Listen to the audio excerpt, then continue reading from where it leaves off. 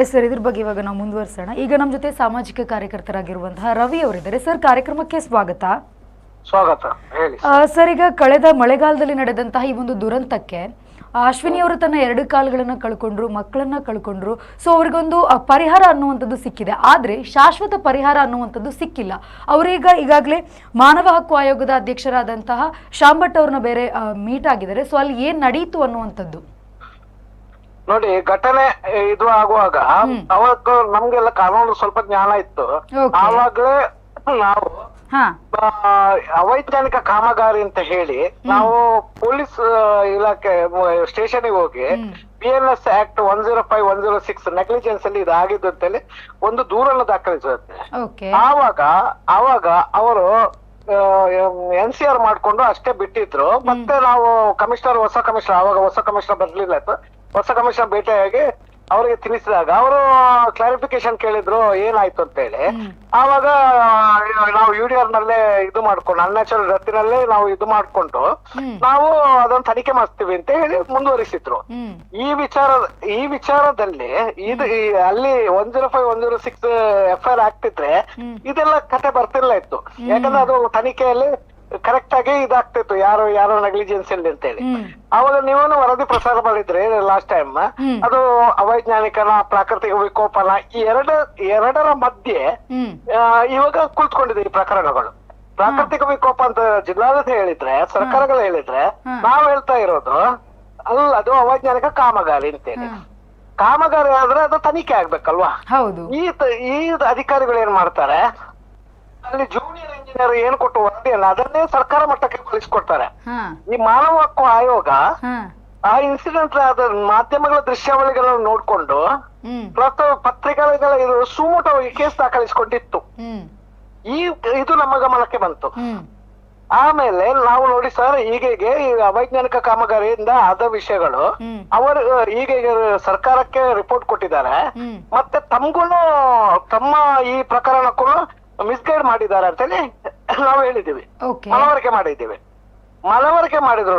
2ನೇ ಸಲನು ಇವರು ಪದೇ ಪದೇ ವರದಿ ಸಲ್ಲಿಸುವಾಗ ಇದು ಪ್ರಾಕೃತಿಕ ವಿಕೋಪ ಡಿಸಾಸ್ಟರ್ ನಲ್ಲಿ ಆದದ್ದು, ಅದಕ್ಕೆ ನಮ್ಗೆ ಪರಿಹಾರ ಇಲ್ಲ, ಪರಿಹಾರ ಕೊಡ್ಲಿಕ್ಕೆ ಅಂದ್ರೆ ಸರ್ಕಾರ ಮಟ್ಟದಲ್ಲಿ ಕೊಡ್ಬೇಕು. ಒಂದು ಮಗುವಿಗೆ 5 ಲಕ್ಷ ರೂಪಾಯಿ, ಇನ್ನೊಂದು ಮಗುವಿಗೆ 5 ಲಕ್ಷ ರೂಪಾಯಿ, ಮತ್ತೆ ಇವರಿಗೆ ಅಜ್ಜಿಗೆ 5 ಲಕ್ಷ ರೂಪಾಯಿ, ಇವಳ ಒಂದು ಕಾಲಿಗೆ 1 ಲಕ್ಷ ರೂಪಾಯಿ, 2 ಕಾಲಿಗೆ 2 ಲಕ್ಷ ರೂಪಾಯಿ, ಮತ್ತೆ ಮಾವನ ಕಾಲಿಗೆ 1 ಲಕ್ಷ ರೂಪಾಯಿ ಕೊಟ್ಟು ಇದು ದರ ನಿಗದಿಪಡಿಸಿದಾಗೆ.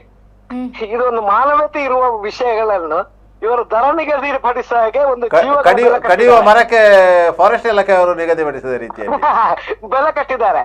ಇದು ನಮ್ಮ ಸರ್ ಹೇಳಿದಾಗೆ ಪ್ರಜಾಪ್ರಭುತ್ವ ವ್ಯವಸ್ಥೆಯಲ್ಲಿ ಎಲ್ಲಿಂತ ಹೇಳಿದ್ರೆ ನೋಡಿ, ಮೊನ್ನೊಂದು ಅಮೆರಿಕದಲ್ಲಿ ಒಂದು ನೆಗ್ಲಿಜೆನ್ಸ್ ದಿನಲ್ಲಿ ಒಬ್ಳು ಹೆಣ್ಮಗಳು ಸತ್ತೋದ್ಲು, 250 ಕೋಟಿ ರೂಪಾಯಿ ಇಂಡಿಯನ್ ರುಪೀಸ್ ಕೊಟ್ಟಿದ್ದಾರೆ ಅಲ್ವಾ? ಅಲ್ಲಿನ ಮನುಷ್ಯರೇ, ಇಲ್ಲಿನ ಮನುಷ್ಯರೇ.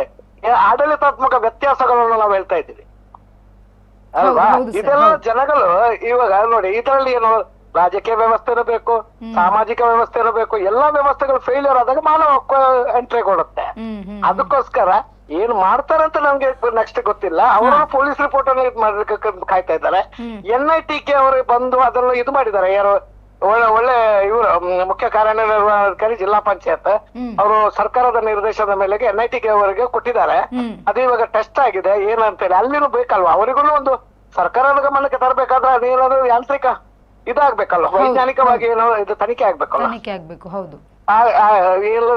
ಆಫೀಸರ್ಸ್ ಏನಾದ್ರು ಇಚ್ಛಾಶಕ್ತಿ ಮೂಡಿಸ್ಬೇಕು ಅಂತ ನಾವು ಕೇಳ್ತಾ ಇರೋದು. ಅಧಿಕಾರಿಗಳ ಮೇಲೆ ಒತ್ತಡ ಅಲ್ಲ, ಏನಲ್ಲ, ಒಂದು ಮಾನವೀಯತೆ ದೃಷ್ಟಿಕೋನದಿಂದ. ಮಾನವತೆ ಒಂದು 2 ಮಕ್ಕಳು, ಅವಳಿಗೆ ಏನಿದೆ ಫ್ಯೂಚರ್ ನಲ್ಲಿ ಏನಿದೆ ಎಲ್ಲ ನೋಡಿ. ನಾವು ಓಪನ್ ಆಗಿ ಹೇಳ್ತೀನಿ, ಮುಜುಗರ ಇಲ್ಲ ಅದ್ರಲ್ಲಿ.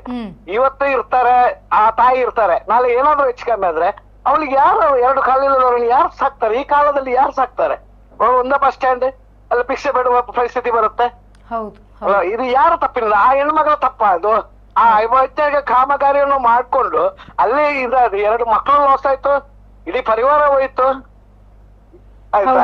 ಈ ವಿಷಯಗಳನ್ನು ಯಾರೋ ಸೀರಿಯಸ್ ಆಗಿ ಗಮನ ಕೊಡ್ತಾರೆ. ಮಾಧ್ಯಮ ಒಂದ್ಸಲ ಬಂದ್ರೆ ನಾವು ಸಲ ಅಯ್ಯೋ ಪಾಪನೇ ಅಂತ ಹೇಳ್ಕೊಂಡು ಅಷ್ಟೇ ಇರ್ತಾರ ಶಿವ. ಏನೋ ನಮ್ಮ ಡ್ಯೂಟಿಯನ್ನು ಮಾಡ್ಬೇಕು, ಸ್ವಯಂ ಪ್ರೇರಿತವಾಗಿ ಮಾಡ್ಬೇಕು. ಒಂದು KS ಆಫೀಸರ್ ಇರ್ತಾರೆ, ಅವ್ರಿಗೂ ಒಂದು ಇದಿರ್ತದೆ. ತಾಲೂಕು ಆಡಳಿತದಲ್ಲಿ ತಹಶೀಲ್ದಾರ್ ಲೆವೆಲ್ದವರು ಇದ್ದಾರೆ.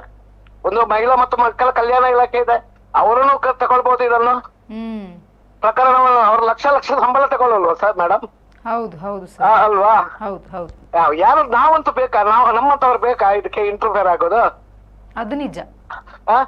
ಅವರೇ ಒಂದು ಸ್ವಯಂ ಪ್ರೇರಿತವಾಗಿ ಒಂದು ಜಿಲ್ಲಾಧಿಕಾರಿ DC ಎಷ್ಟೆಷ್ಟೋ ಖರ್ಚು ಮಾಡ್ತಾರೆ, ಎಷ್ಟೆಷ್ಟು ಸ್ಮಾರ್ಟ್ ಸಿಟಿ, ಎಷ್ಟೆಷ್ಟೋ ಇದು ಇಷ್ಟೆಲ್ಲ ಒಂದು ಪರಿಹಾರ. ಒಂದು ಏನಪ್ಪ ನಿನ್ನ ತೊಂದ್ರೆ ಏನು, ಇದು ಹಾಗೆಲ್ಲ ಹೀಗೆ ಸರ್ಕಾರಕ್ಕೆ ಒಂದು ವರದಿ ಸಲ್ಲಿಸುದು ಸರಿಯಾಗಿ ನೀಟಾಗಿ ಅವ್ರು ನೋಡ್ಕೊಳ್ತಾರೆ. ಇದ್ರಲ್ಲಿ ಏನು ಇದ್ರಲ್ಲಿ ಇದೆ ಅಂತ ಹೇಳಿ ನಮ್ಗೆ ಅರ್ಥ ಆಗ್ತಾ ಇಲ್ಲ. ಇದ್ರಲ್ಲಿ ದೊಡ್ಡ ರಾಜಕೀಯ, ಇದ್ರಲ್ಲಿ ರಾಜಕೀಯ ಬೇಕಾ? ರಾಜಕೀಯ ಇದೆಯಾ? ಇಲ್ಲ, ಯಾರನ್ನು ರಾಜಕೀಯ ಮಾಡ್ಲಿಲ್ಲ ಇಷ್ಟ ತನಕ. ಅರ್ಥ ಆಯ್ತಾ? ಮತ್ತೆ ಇಲ್ಲಿ ಅಧಿಕಾರಿಗಳ ಇಚ್ಛಾಶಕ್ತಿ ಕೊರತೆ. ಇಚ್ಛಾಶಕ್ತಿ ಕೊರತೆ ಅಂತಲ್ಲ, ಅವರ ನಿರ್ಲಕ್ಷ್ಯವನ್ನ, ಅವರ ತಪ್ಪುಗಳನ್ನ ಮುಚ್ಚಿ ಹಾಕಿಕೊಳ್ಳುವಂತ ಪ್ರಯತ್ನ. ಓಕೆ, ಅದು ಸರಿ. ಯಾವಾಗ ಮಾಡಿದ್ದು ಇದು, ಅದನ್ನು ತನಿಖೆ ಮಾಡ್ಕೊಂಡು ಒಂದು ಇದು ಮಾಡ್ಬೋದಲ್ವ, ಒಪ್ಪಿಕೊಳ್ಬಹುದಲ್ವಾ? ಒಪ್ಪಿಕೊಂಡ್ರೆ ಅವರು ಯಾರ ಮೇಲಾದ್ರೂ ಕ್ರಮ ಕೈಗೊಳ್ಳಬೇಕಾದ, ಅವರು ಸರ್ಕಾರಿ ಅಧಿಕಾರಿಗಳೇ ಆಗಿರ್ತಾರಲ್ಲ, ಏನಾದ್ರೂ ಮಾಡ್ಬೇಕು. ಅದು ಅಂತ ಇದು ನೋಡಿದ್ರೆ ಈ ಪಾಪದ ಹೆಣ್ಮಕ್ಳಿಗೆ ಯಾಕೆ ಇದು ಅಂತ ಹೇಳಿ ಅದನ್ನು ನಾವು ಮನವರಿಕೆಯಿಂದ ಮಾಡಿದ್ದು ಸಾಹೇಬ್ರಿಗೆ, ಯಾರು ಗೌರವನಾಥ ಶಾಂಭಟ್ ಸಾಹೇಬ್ರಿಗೆ. ನೋಡಿ ಸರ್, ಹೀಗೆ ಆಗಿದೆ, ಹೀಗೆ ಇದೆ, ಮತ್ತೆ ನೀವು ಏನಾದ್ರು ಮಾಡಿ ಅದಕ್ಕೆ ಅವರ ಒಂದು ದೃಷ್ಟಿಕೋನ, ಮಾನವೀಯತೆ ದೃಷ್ಟಿಕೋನ, ಒಂದು ಸಮಾಜದ ದೃಷ್ಟಿಕೋನದಿಂದಲ್ಲ ಏನಾದ್ರೂ ಅವರಿಗೆ ಒಂದು ಇದು ಮಾಡಿ. ಯಾಕಂದ್ರೆ ಅವರಿಗೆ ಪವರ್ಸ್ ಇದೆ, ಸರ್ಕಾರಕ್ಕೆ ನಿರ್ದೇಶನ ಕೊಡುವ ಪವರ್ಸ್ ಇದೆ, ಪವರ್ ಇದೆ ಅವರಿಗೆ.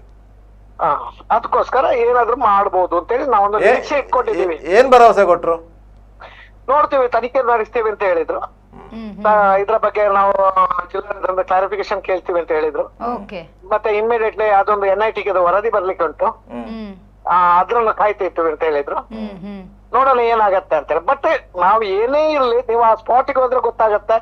ಯಾವ ಇಂಜಿನಿಯರ್ಗಳು ಬೇಡ, ಯಾವ ಕಣ್ಣಿದ್ದವನಿಗೆ ಗೊತ್ತಾಗುತ್ತೆ ಗುಡ್ಡ ಕುಸಿದು ಇಲ್ಲಿ ಬಿದ್ದದ್ದು ಅಂತೇಳಿ.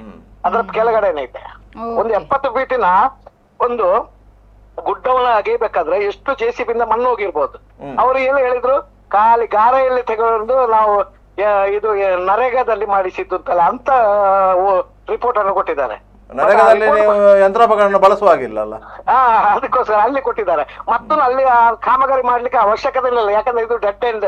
ಅವರಿಗೆ ಆ ಮನೆ ಒಂದು 2-3 ಇರೋದು ಅಷ್ಟೇ. ಅದಂದ್ರೆ ತುಂಬಾ 20 ಲಕ್ಷ ಇದು ಖರ್ಚು ತೋರಿಸ್ಬೇಕಲ್ಲ. ಅಲ್ಲಿ SC/ST ಫಂಡ್ ಅನ್ನು ಯೂಸ್ ಮಾಡಿದ್ದಾರೆ ಅಲ್ಲಿ. ಇದೆಲ್ಲ ಇದೆ, ಅದು ನಮ್ಗೆ ಬೇಕಾಗಿಲ್ಲ. ನಮ್ಗೆ ಇವಾಗ ಬೇಕಾಗಿರೋದು ಏನೇ ಆಗ್ಲಿ ಆ ಹೆಣ್ಮಗಳಿಗೆ ನ್ಯಾಯ ಸಿಗ್ಬೇಕಷ್ಟೇ, ಮತ್ತೇನಿಲ್ಲ. Thank you sir, thank you. Okay, ಧನ್ಯವಾದ. Thank you.